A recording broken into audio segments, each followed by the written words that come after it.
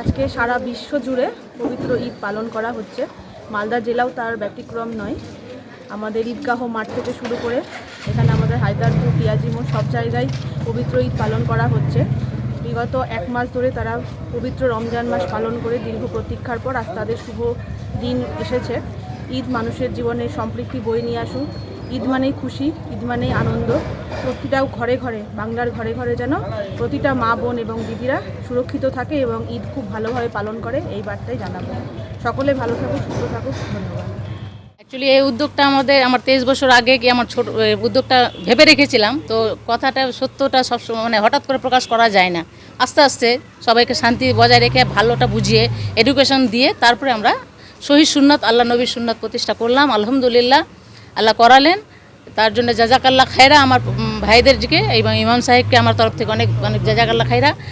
আর এটাই শহীদ সুন্নাত। আমি যে পড়াচ্ছিলাম এটা একটা মসজিদের জায়গা, এটাকে বজায় রাখার জন্য, নিজেদের ইসে রাখার জন্য, মহিলাদেরকে জাগ্রত করার জন্য প্রথমে নিয়ে আসলাম, এডুকেশন দিলাম। এডুকেশন দিয়ে এবার আমরা সুন্নাত প্রতিষ্ঠা করলাম। এটাই হচ্ছে আসল কাজ ছিল। এতদিন আমি নিজে করাচ্ছিলাম মেয়েদেরকে এডুকেটেড করার জন্য। ইনশাআল্লাহ আগেও করাবো। আস্তে আস্তে আমাদের নবীর সুন্নাতকে প্রতিষ্ঠিত করব। আল্লাহ যেন আমাদের তৌফিক দান করুক।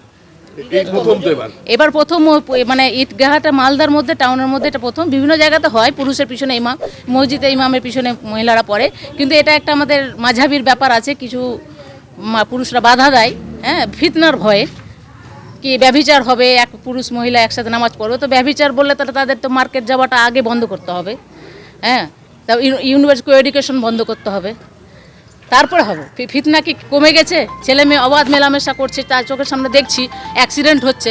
সেটাকে মাথায় রেখে আগে বলছি যেখানে প্রার্থনা, যেখানে আল্লাহর আইনকে জানতে পারবো সেখানে ফিতনা হবে, আর যেখানে মার্কেটে আল্লাহর আইনকে জানতে পারবো না সেখানে ফিতনা হবে না। এটা মানুষের মিসকনসেপ্ট। মানুষকে ভালো বোঝানোর জন্য আমি উদ্যোগ নিয়েছি। আশা করি আমার হানাফি ভাই, সালাফি ভাই তো বুঝেছেন, হানাফি ভাইরাও বুঝবে। আল্লাহ তাদের তৌফিক দান করে বোঝার। আমি উদ্যোগ নিয়েছি, আমার কমিটি আমার সমর্থন করেছেন। আমার কমিটিতে যেসব ভাইরা আছে তারাও সমর্থন দিয়েছেন। আমাদের মহল্লাদের আমাদের কিছু পুরুষ মানুষ আছে, বেশিরভাগই সমর্থন আছে। হানাফি স্কলার ডক্টর মিজানুর রহমান আজহারি, হানাফি স্কলার আবদুল্লাহ জাহাঙ্গীর, হানাফি স্কলার আবদুল্লাহ আমাদের কাশ্মীর সাহেব আছেন, যিনি দেওবন্দের থেকে এডুকেট হয়েছেন। এটা এনাফ। তো কতজন মহিলা এই নামাজে? এখানে মহিলা 700-র উপরে ছিল। 700-র উপর। আপনার নাম? সামিম আরা। আজ খুশির ঈদ। ঈদ উপলক্ষে মুসলিম মহিলা জনকল্যাণ কমিটির উদ্যোগে মহিলারা নামাজ পাঠ করলেন। এই প্রথম পুরুষ ও মহিলারা একসাথে নামাজ পাঠ করলেন, যদিও মাঝে কাপড় দিয়ে পুরুষ মহিলাদের নামাজের জায়গা আলাদা করে দেওয়া হয়েছিল। এই নামাজ পাঠে কয়েকজন পুরুষ হাজির হলেও মহিলাদের উপস্থিতি ছিল চোখে পড়ার মতো। কয়েকশো মহিলা এই নামাজ পাঠে অংশ নেন। নামাজ শেষে মহিলারা একে অপরের সাথে আলিঙ্গন করেন। এই নামাজ পাঠের অনুষ্ঠান অনুষ্ঠিত হয় মালদার হায়দারপুর এলাকায়। হ্যাঁ, ঈদ একটা জানার বিষয় অবশ্যই। আমরা আসল কথা হচ্ছে যে মুসলিম অমুসলিম যে হোক না কেন, আমরা ধর্ম তথ্যগুলো, ধর্ম জিনিসগুলো 99% লোক জানি না।